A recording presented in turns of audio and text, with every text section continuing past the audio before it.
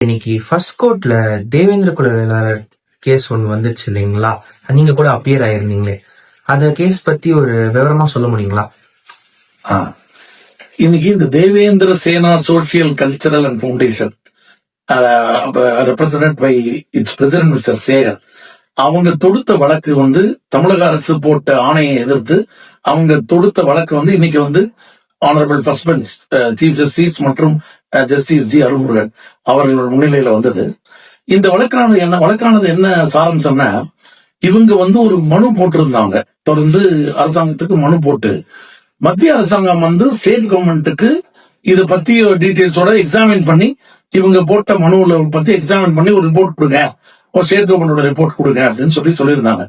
என்ன அவங்களுடைய கிளைம் என்னன்னா, இவங்க ஒரிஜினலாவே ஆரம்பத்துல தேவேந்திர குல வேளாளர்கள் அப்ப வந்து ஆரம்பத்துல வந்து ஒரு 6-7 டிஃபரெண்ட் கம்யூனிட்டி வந்து கம்யூனிட்டியா தனித்தனியா இருந்தாங்க.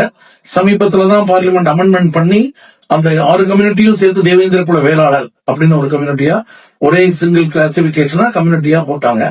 இந்த கம்யூனிட்டி ஆரம்பத்துல இவங்க வந்து ஒரு ஸ்ட்ராங் ஒரு அக்ரிகல்ச்சரல் கல்டிவேட்டர்ஸ் பிளஸ் ஒரு வாரியர்ஸ்.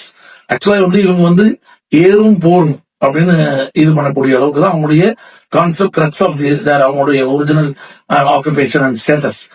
ஆக்சுவலா 1924 இன்ஃபேக்ட் 12/1/1924 ஒரு PM கந்தசாமி மூப்பனார் ஒருத்தவரை வந்து இந்த கம்யூனிட்டியில சேர்ந்தவரை மெட்ராஸ் லெஜிஸ்லேட்டிவ் MLC-யா, அப்ப மெட்ராஸ் லெஜிஸ்லேட்டிவ் கவுன்சில் இருந்தது, அப்ப வந்து MLC-லயே அவரை வந்து ஒரு பேக்வர்ட் கம்யூனிட்டி அப்படிங்கிற கிளாசிபிகேஷன்ல தான் அவங்களை ரெப்ரசென்ட் பண்றதுக்கு அன்றைய பிரிட்டிஷ் அரசாங்கம் அவரை வந்து MLC-ல வந்து அவரை நியமித்தாங்க.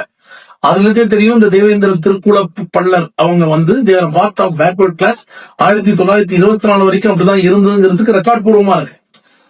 1927 அப்ப இருக்கிற பிரிட்டிஷ் அரசாங்க அப்ப உள்ள ரூலர்ஸ் என்ன பண்ணிட்டாங்க, ஒரு பெரிய ஒரு மாபெரும், அதாவது இவங்க இந்த மனுதாரரை பொறுத்தவரையில மாபெரும் தவறு செஞ்சுட்டாங்க. எப்படின்னா, இந்த தேவேந்திர குல வேளாளர்களை ஷெட்யூல் காஸ்ட் லிஸ்ட்ல சேர்த்துட்டாங்க.